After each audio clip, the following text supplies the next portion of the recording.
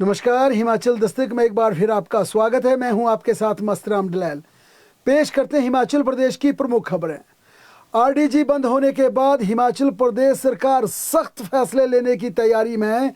इसी के चलते 12 फरवरी को एक बार फिर हिमाचल प्रदेश मंत्रिमंडल की बैठक बुलाई गई है, क्योंकि राज्यों को कर्ज के सहारे आगे बढ़ाने की नीति अब प्रदेश पर भारी साबित पड़ते हुए दिख रही है। हालात ऐसे बन गए कि पुराना कर्ज चुकाने के लिए नया कर्ज भी कम पड़ने लगा है। आगामी वित्त वर्ष 2026-27 में हिमाचल प्रदेश को करीब 10,000 करोड़ रुपए का नया लोन मिलेगा और ये लिमिट तय है, यानी कि इससे ₹1 ज़्यादा भी ऋण नहीं लिया जा सकता। मगर पुराने कर्जे के ब्याज और रीपेमेंट पर 13,000 करोड़ रुपए के करीब खर्च आएगा, यानी जितना कर्ज मिलेगा उससे 3,000 करोड़ रुपया ज़्यादा पुराना कर्ज चुकता करने के लिए ज़रूरत पड़ेगी। ये स्थिति आमदनी अठन्नी खर्चा रुपया के कारण उत्पन्न हुई है। इससे राज्य की वित्तीय स्थिति प्रतिदिन बिगड़ रही है। छोटा राज्य होने के कारण हिमाचल प्रदेश पर 1 लाख करोड़ रुपए से ज़्यादा का ऋण हो गया है। केंद्र ने ऐसे वक्त पर आरडीजी बंद की है। ऐसे में हिमाचल प्रदेश में फाइनेंशियल इमरजेंसी जैसे हालात पैदा हो गए हैं। इससे हिमाचल प्रदेश के कर्मचारी, पेंशनर, बेरोजगार, आम आदमी दबाव में है। कर्मचारी पेंशनर को अपने एरियर डीए और नए पे कमीशन की चिंता सता रही है। वहीं बेरोजगारों को नौकरी और आम लोगों को सब्सिडी खत्म होने का भय पैदा हो गया है। फाइनेंस सेक्रेटरी देवेश कुमार के अनुसार यदि 2026-27 में सरकार सभी सब्सिडी बंद कर दे और विकास कार्यों पर खर्च शून्य कर दे, तब भी कुल व्यय करीब 48,000 करोड़ रहेगा। इसके मुकाबले राज्य के पास विभिन्न संसाधनों से लगभग 42,000 करोड़ आते हैं। इनमें से 10,000 करोड़ लोन, 14,000 करोड़ केंद्र के टैक्स का हिस्सा है, जबकि 18,000 करोड़ हिमाचल प्रदेश को अपने संसाधनों से टैक्स आता है। फिर भी यानी 6,000 करोड़ रुपए का सीधा घाटा होने वाला है। और ये घाटा तब होगा जब हिमाचल प्रदेश में सारी सब्सिडीज बंद कर दी जाएगी, विकास कार्यों पर शून्य खर्च होगा, यानी ये भी कर लिया जाए तब भी स्थिति बद से बदतर है। इस वित्तीय संकट की जड़ में आरडीजी का बंद होना बताया जा रहा है, लेकिन भाजपा कहती है कि इसके पीछे कारण कुछ और हैं। राज्य की सरकार इन वित्तीय संसाधनों को पूरी तरह से नहीं समझ पाई और व्यवस्था का कुप्रबंधन ही इसकी बड़ी वजह है। लेकिन अगर ये ग्रांट हिमाचल प्रदेश जैसे पहाड़ी और सीमित संसाधनों वाले राज्यों के लिए जीवन रेखा मानी जाती है, तो ये सवाल उठ रहा है फिर देश के सभी उन राज्यों में 17 राज्यों में आखिरकार ये आरडीजी बंद हुई और वहाँ से आवाज़ें क्यों नहीं आ रही है? क्योंकि उन राज्यों से इस तरह का माहौल नहीं बना जिस प्रकार से हिमाचल प्रदेश में इसे लेकर रिएक्ट किया गया है। इसे लेकर एक बड़ा सवाल उठ रहा है, क्योंकि हिमाचल प्रदेश माना जा रहा है कि आरडीजी पर निर्भर था, लेकिन नागालैंड इससे भी ज़्यादा सब्सिडी पर, या नागालैंड इससे भी ज़्यादा आरडीजी पर निर्भर था, क्योंकि नागालैंड के बाद हिमाचल प्रदेश देश का दूसरा ऐसे राज्य है जिसमें कुल बजट का लगभग 13% हिस्सा आरडीजी से आता था। यदि ये ग्रांट पहले की तरह जारी रहती तो आय और खर्च के बीच का बड़ा हिस्सा इससे संतुलित हो सकता था। इसके अचानक बंद होने के कारण राज्य की नकदी व्यवस्था डगमगा गई है।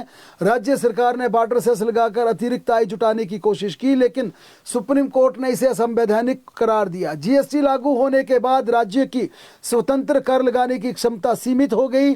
शराब पर टैक्स बढ़ाकर कुछ अतिरिक्त राजस्व जरूर आया, पर बढ़ते खर्च के सामने ये नाकाफी साबित हुआ। आरडीजी राजस्व घाटा अनुदान बंद होने के बाद सब्सिडी बंद करने पर मंथन शुरू हो गया है। प्रदेश सरकार ने किस योजना में कितनी सब्सिडी देती है और ये कौन सी मुफ्त या रियायती योजनाएं चला रखी हैं, इस पर अध्ययन शुरू हो गया है।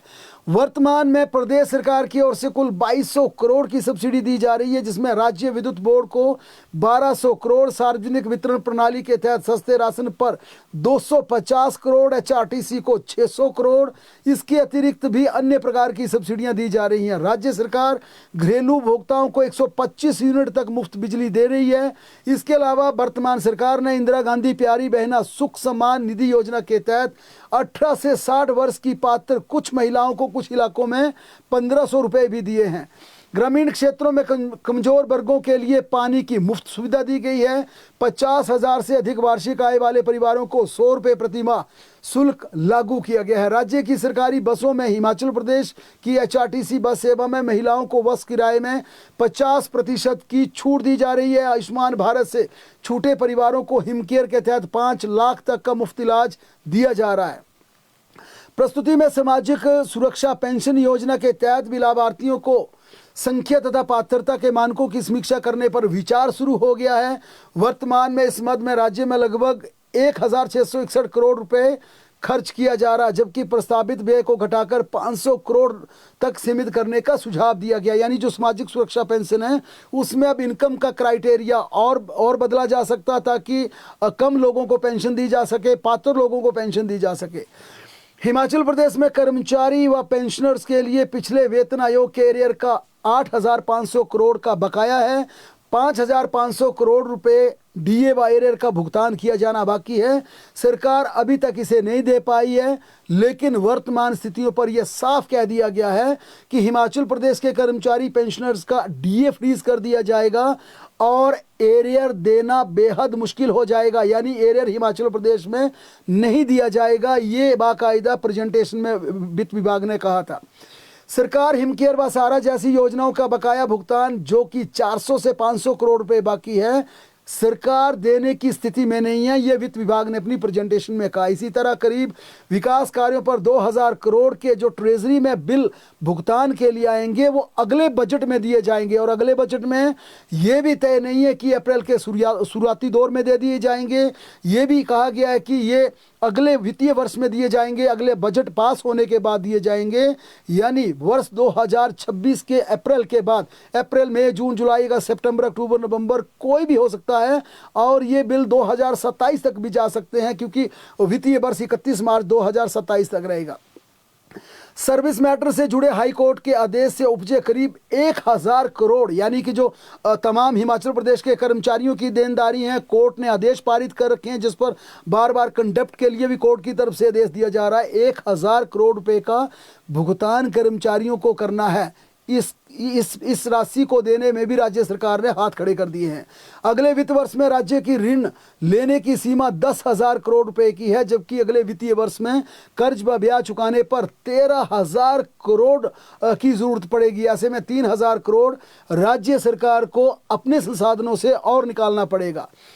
RDG बंद होने के बाद ओल्ड पेंशन स्कीम पर संकट गहरा गया है, यानी कि इस पर मंथन शुरू हो गया है, और ये मंथन वित्त विभाग में नहीं बल्कि सरकार अपने स्तर पर कर रही है, क्योंकि सरकार के लिए मुसीबत की बात यह है कि सरकार की ये कमिटमेंट थी, इसी के दम पे माना जा रहा है कि कांग्रेस सत्ता में आई थी। हिमाचल प्रदेश मंत्रिमंडल की पहली बैठक में, कैबिनेट की पहली बैठक में OPS बहाली का फैसला किया गया था।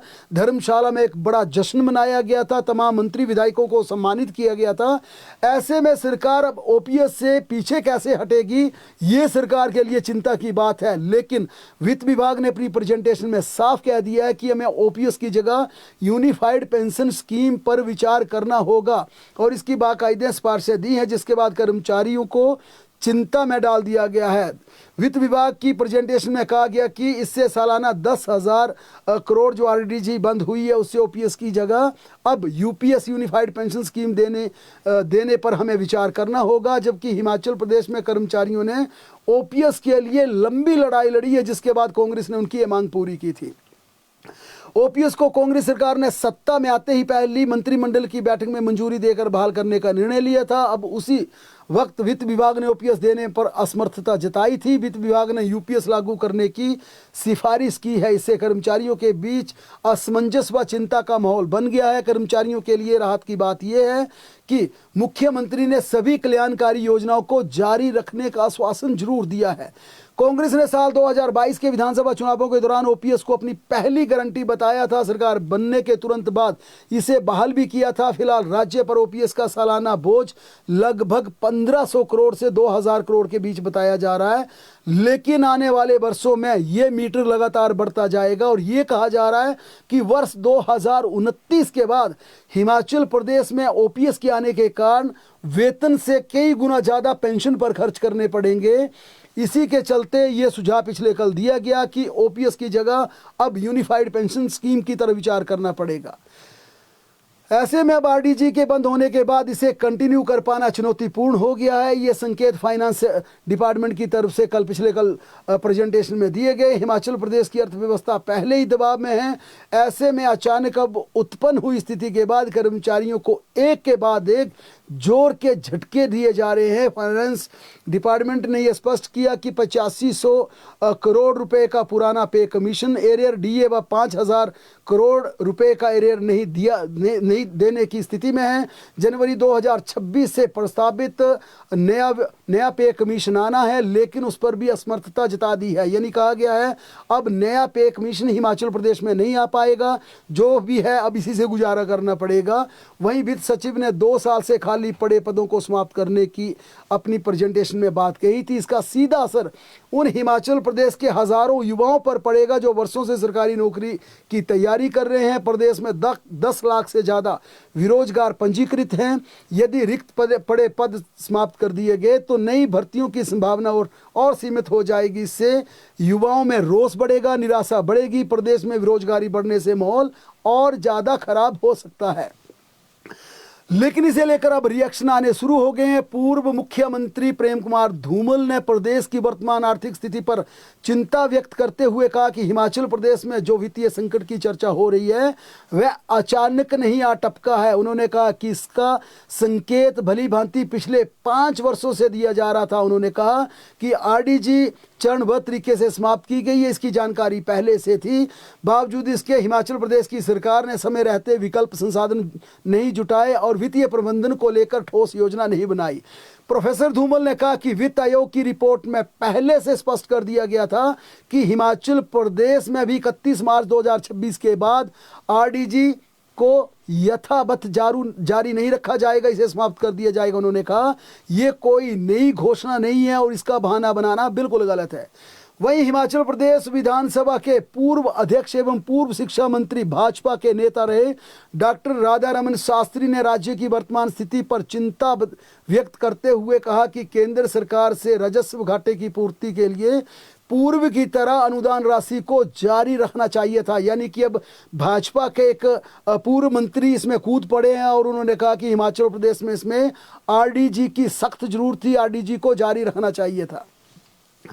प्रदेश सरकार ने फिर से अपने मंत्रिमंडल की बैठक 12 फरवरी को बुला ली है। ये बैठक सुबह 11 बजे होगी।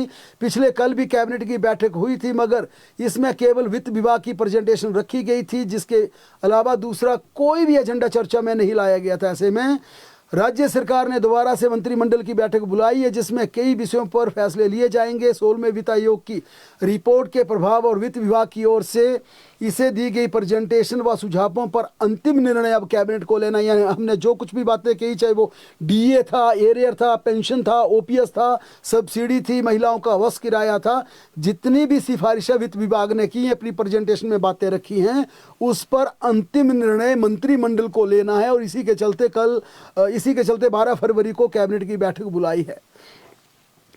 ऐसे में आरडीजी खत्म होने के बाद उपजे हालातों पर कैबिनेट में चर्चा होगी। कैबिनेट में आगामी बजट सत्र बजट प्रस्तुत करने की तिथि पर चर्चा की जा सकती है। 16 फरवरी से हिमाचल प्रदेश का बजट सत्र शुरू होगा और राज्यपाल श्री प्रताप शुक्ल के अभिभाषण से इसकी शुरुआत होगी। ऐसे में कैबिनेट की बैठक में राज्यपाल अभिभाषण को मंजूरी दी जाएगी।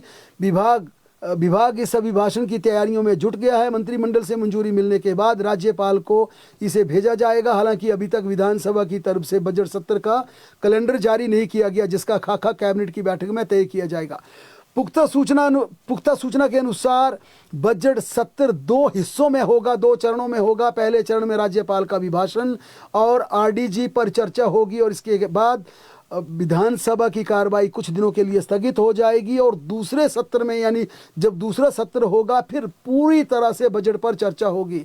लिहाजा 12 फरवरी को बुलाई गई कैबिनेट की बैठक में इस पर चर्चा की जाएगी। भाई, मंत्रिमंडल की इस बैठक में कई विभागों की ओर से अपने प्रस्ताव भेजे जाएंगे। टूरिज्म सेक्टर को लेकर कोई बड़ा फैसला इसमें हो सकता है। भाई, उद्योग विभाग की ओर से भी प्रस्ताव इस बैठक में लाए जाएंगे। एचआरटीसी के घाटे के रूटों पर भी इस मंत्रिमंडल की बैठक में बड़ा फैसला होगा, ताकि इन्हें प्राइवेट लोगों को दिया जा सके। इस पर भी कैबिनेट में महत्वपूर्ण चर्चा होगी। मुख्यमंत्री सुखविंदर सिंह सुक्खू कल दिल्ली जाएंगे। वे कल सुबह ही दिल्ली के लिए रवाना हो जाएंगे। वहां पर संगठन के कार्यक्रम में हिस्सा लेंगे। दिल्ली में नवनियुक्त जिला कांग्रेस अध्यक्षों का एक दिवसीय प्रशिक्षण शिविर है, जिसमें मुख्यमंत्री मौजूद होंगे। इस कार्यक्रम में कांग्रेस के राष्ट्रीय अध्यक्ष मल्लिकार्जुन खड़गे के अलावा राहुल गांधी, केसी वेणुगोपाल, रजनी पाटिल और पार्टी प्रदेशाध्यक्ष विनय कुमार की उपस्थिति होगी। सूत्रों की माने तो यहां मल्लिकार्जुन खड़गे और राहुल गांधी के साथ मुख्यमंत्री अलग से हिमाचल प्रदेश के मसलों पर चर्चा कर सकते हैं, और इनमें 2 महत्वपूर्ण मसले हैं, जिनमें एक आरडीजी का बंद होना। इस पर हिमाचल प्रदेश कांग्रेस की आगे राष्ट्रीय स्तर पर क्या रणनीति होगी, ये केंद्रीय नेतृत्व को बताया जाएगा। इसके अलावा मुख्यमंत्री किन्नौर और ग्रामीण शिमला के लटके जिलाध्यक्षों की ताजपोशी पर भी अंतिम मोहर लगवाएंगे, क्योंकि जो विवाद किन्नौर और ग्रामीण शिमला में बना है उस पर कल सहमति बन सकती है।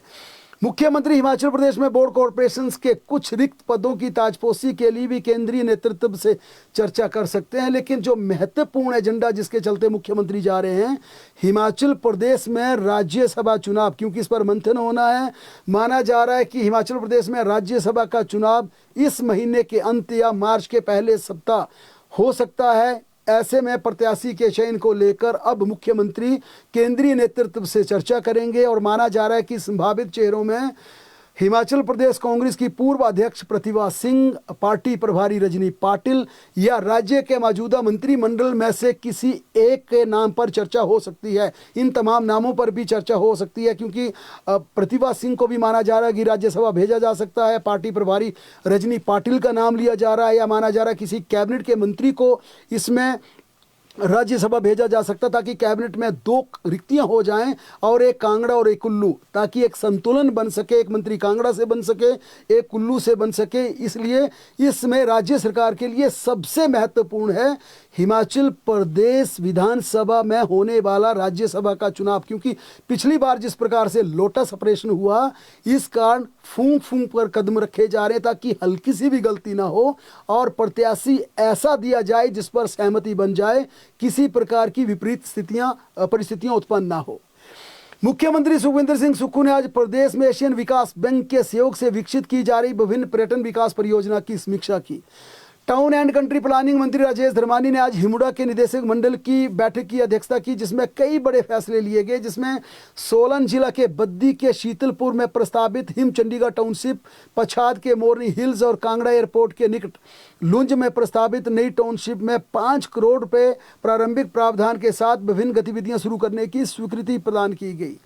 बैठक में ओलंपिक, एशियन गेम्स पदक विजेताओं, गैलेंट्री अवार्ड विनर्स और चिल्ड्रन बेबरी अवार्डीज के लिए हिमुडा द्वारा आवासीय प्लाट और फ्लैट में विशेष कोटा निर्धारित करने का फैसला लिया गया। घुमारवीं में 17 दुकानों एवं 2 हॉल के साथ एग्जीक्यूटिव इंजीनियर्स के कार्यालय के एक व्यावसायिक परिसर के निर्माण की स्वीकृति दी गई। वहीं कांगड़ा जिले के श्री ज्वाला जी शक्ति विहार कॉलोनी में 130 प्लॉट और कमर्शियल स्पेस विकसित करने की स्वीकृति दी गई। इसके अलावा निदेशक मंडल ने हिमुडा द्वारा अलॉटमेंट लैटरी जारी होने के 45 दिनों के भीतर एक मुश्त पेमेंट करने पर एलओटी को 5% छूट देने की भी स्वीकृति प्रदान की। कार्मिक विभाग ने आज 2 आईएएस और कुछ एचएएस अधिकारियों के तबादले किए हैं। कुछ को अतिरिक्त कार्यभार दिया है। इनमें अभिषेक जैन को तकनीकी शिक्षा विभाग का सचिव का अतिरिक्त जिम्मा सौंपा है। वहीं कांगड़ा के बंदोबस्त अधिकारी संदीप कुमार को राज्य सरकार ने मंडलायुक्त कांगड़ा का अतिरिक्त कार्यभार सौंपा है। वहीं प्रदेश सरकार ने 4 एचएएस अधिकारियों के तबादला आदेश भी जारी किए हैं। इनमें additional director technical education Sundernagar Naresh Kumar Verma को एचआरटीसी का कार्यकारी निदेशक लगाया है। वहीं एसडीएम शिलाई जयपाल, एसडीएम कफोटा सिरमौर नियुक्ति का इंतजार कर रहे एसडीएम जगदीप सिंह को, एसडीएम निर्मंड और एसडीएम कफोटा ओम प्रकाश को मेडिकल कॉलेज चंबा में ज्वाइंट डायरेक्टर पद पर तैनाती दी है। वेतन न मिलने से कंप्यूटर टीचर नाराज हो गए हैं। शिक्षकों का कहना है कि मुख्यमंत्री सुखविंदर सिंह सुक्खू से उनकी मुलाकात हुई थी, जिसके बाद इलेक्ट्रॉनिक कॉरपोरेशंस को ये सख्त निर्देश जारी किए थे कि कंप्यूटर टीचर्स को हर महीने की 7 तारीख को तय तिथि पर वेतन दिया जाए। लेकिन कंप्यूटर शिक्षकों का कहना है कि आज 9 तारीख बीत जाने के बावजूद भी उन्हें वेतन नहीं दिया गया है। कंप्यूटर टीचर्स ने कहा कि बजट में उन्हें 500 रुपये की बढ़ोतरी का आश्वासन दिया गया था, जो कि अभी तक धरातल पर लागू नहीं हुआ और अब नया बजट भी आ गया है।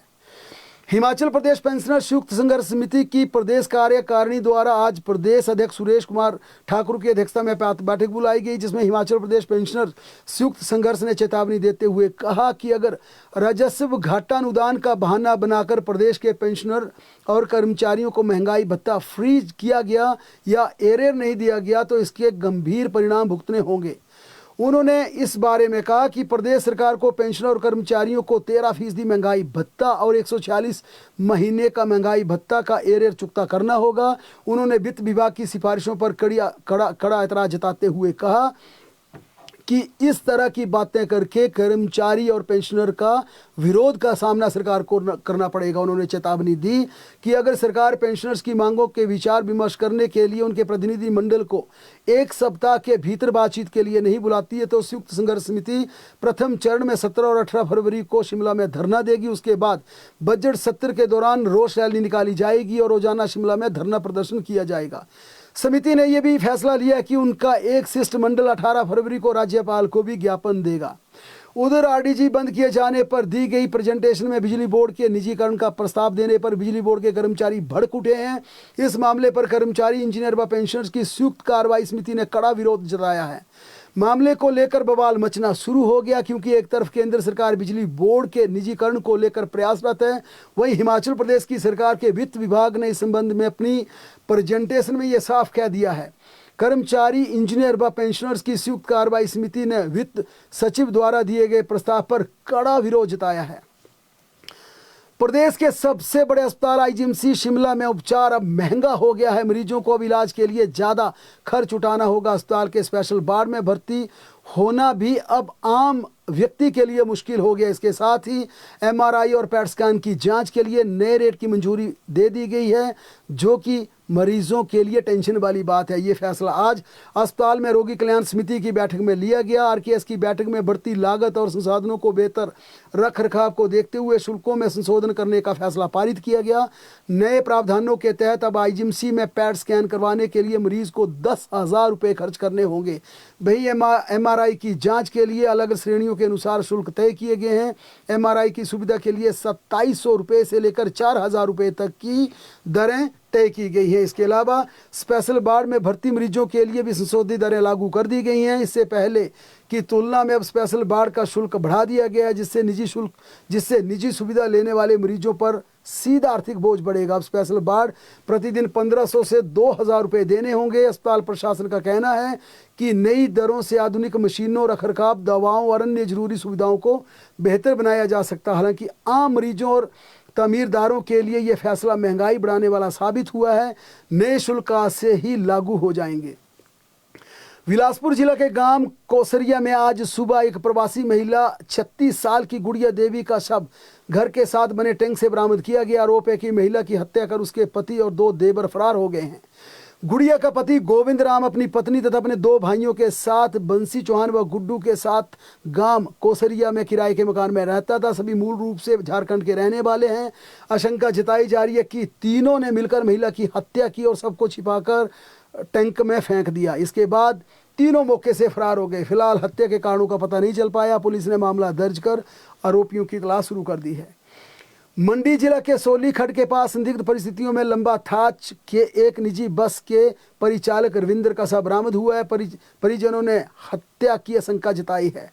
सब के सिर पर चोट के निशान पाए गए हैं, जिससे मामले की गंभीरता को देखते हुए पुलिस ने जांच तेज कर दी। आरंभिक जांच में सामने आया कि रविंद्र बीते शनिवार रात को एक चालक के पास गया था, जहां उसने 3 लोगों के साथ मुलाकात की, लेकिन पिछले कल सुबह रविंद्र रास्ते के साथ ही पड़ा मिला। पुलिस ने आसपास के सीसीटीवी कैमरों की फुटेज खंगालनी शुरू कर दी है, ताकि घटनाक्रम की कड़ियां जोड़ी जा सके। मौसम की बात की जा सके तो 11 तारीख से हिमाचल प्रदेश में मौसम साफ होगा, लेकिन फिलहाल आज बिजली चमकने और तेज़ हवाओं के चलते आज भी मौसम का कड़ा अलर्ट जारी किया गया है। लेकिन मौसम विज्ञान केंद्र के अनुसार हिमाचल प्रदेश में 11 फरवरी से मौसम साफ हो जाएगा। बहरहाल प्रदेश की तमाम बड़ी खबरों के लिए लगातार जुड़े रहें हमारे साथ, देखते और पढ़ते रहें हिमाचल दस्तक।